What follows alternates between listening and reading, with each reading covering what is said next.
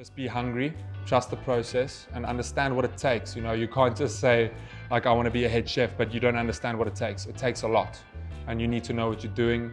There's a lot of moving parts in a restaurant. I'm not only a head chef, I'm running a restaurant, I'm running a business, and things become tricky.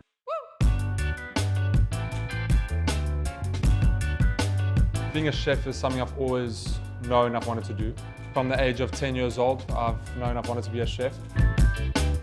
I had to cook for myself every day after school and had to make myself lunch, dinner, and I've just fallen in love with cooking.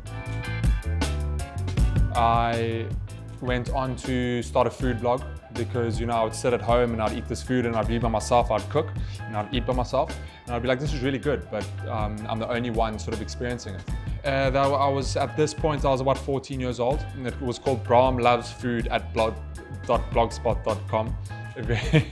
But I started that. I love writing as well, so I would prepare food and I would write down the recipes. I'd write a little story about it and I'd do the recipe. I was very bad at school. I was very bad at sport. Just never resonated with me. But if something resonates with me, I take it in very quickly and very easily. Because I sit and I think about it and it makes sense to my brain. At the end of the day, we're all human beings, so it either works for you or it doesn't. So I found something that works for me. Now I found something that I can learn very quickly in, and that's chefing. So I took it up straight after school, no breaks.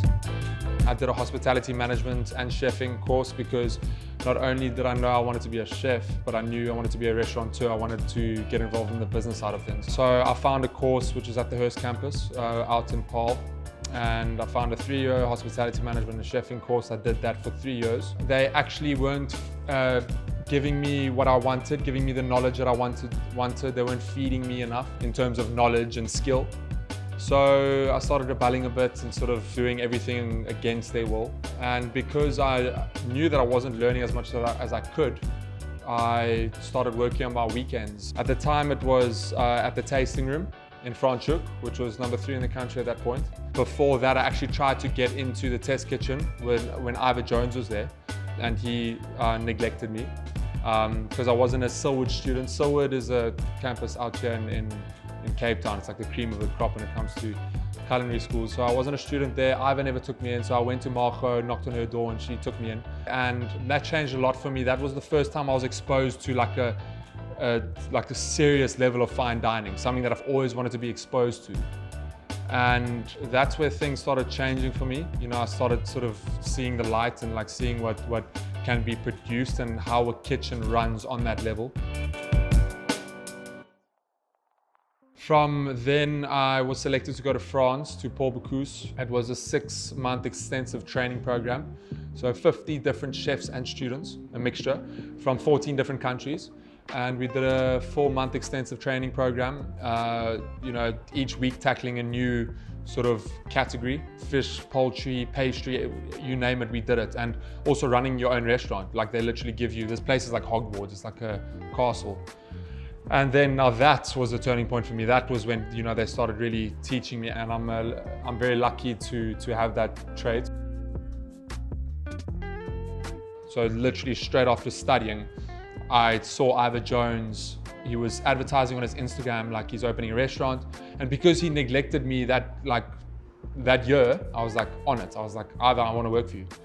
So I came back from France and he gave me the job, and I started as a demi chef. It's pretty much the lowest of the low in terms of kitchen positions, and I worked my way up every single position to senior sous chef until this point where I'm a head chef at 25 years old. I'm running my own restaurant at 25 years old. And, a lot of people would be like, wow, like, it's crazy. You've only been working for a certain amount of years. But I've been put to the test, I've passed, and, you can't question much at the moment. I'm loving what I do here. I love my team that I work with. There's a lot of room for growth here. A lot of students as well, which I love. Because like I always say, I'm the definition of it, age is just a number. Never ever say you're too young. Never ever say you're too old.